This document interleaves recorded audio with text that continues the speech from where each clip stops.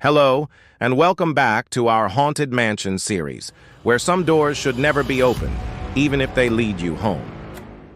Tonight, we descend into the hidden basement. Aria had always felt a chill in the old house, a subtle, creeping cold that seemed to defy explanation. But this was different. This was a draft with a purpose, a cold breath that whispered from beneath the grand, spiraling staircase.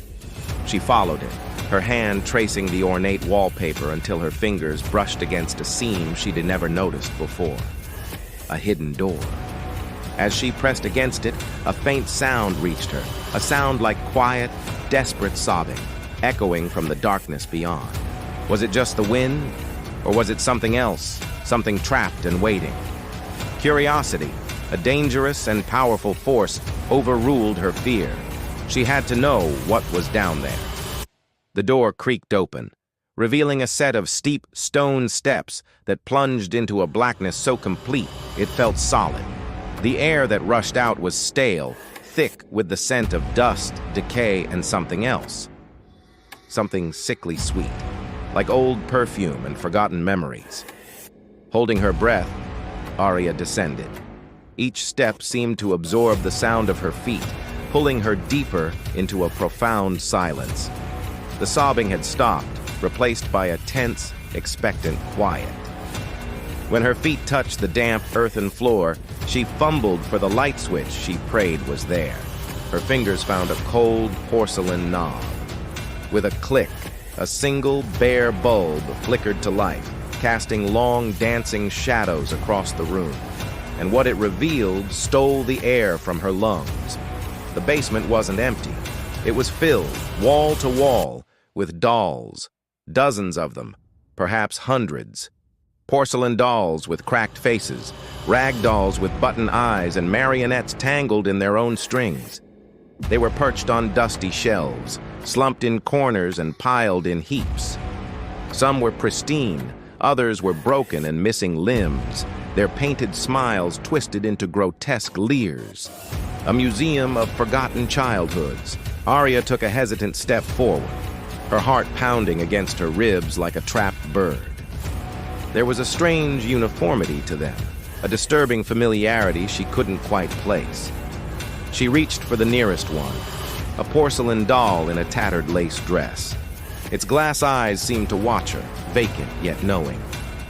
With trembling fingers, she turned it over. And there, scratched crudely into the porcelain on its back, was her own name. Aria. A shock, cold and sharp, shot through her. She dropped the doll, its head shattering on the stone floor with a sickening crack. She frantically grabbed another, a small rag doll with yarn for hair. Again, her name was carved into the fabric tag. And another, and another. Each one bore her name. These weren't just any dolls. They were her dolls. But why were they here? Who had done this? It felt like a violation, a twisted shrine to a life she was still living. Then she saw it.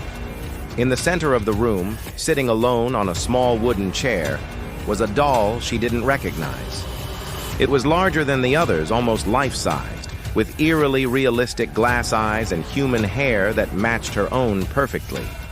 It wore a miniature version of the very dress Aria had on. A cold dread, heavier and more suffocating than the basement air, settled over her. This wasn't just a collection, it was a chronicle. As she stared, frozen in place, the impossible happened. The doll's head slowly, mechanically turned to face her. Its painted lips parted and a small, raspy whisper slithered into the silence, a voice like dry leaves skittering across pavement. "She keeps us here." The words hung in the air, a chilling accusation. Who was she? Before Aria could even form the question, a new sound broke the stillness. Footsteps, descending the stone stairs behind her. They were slow, deliberate, and terrifyingly familiar. It was a rhythm she knew intimately, a cadence that matched the frantic, desperate pounding of her own heartbeat. She was no longer alone in the basement. If this story sent a shiver down your spine, hit that follow and subscribe button for more spine-tingling tales from the shadows. Thank you for watching and be careful which doors you open.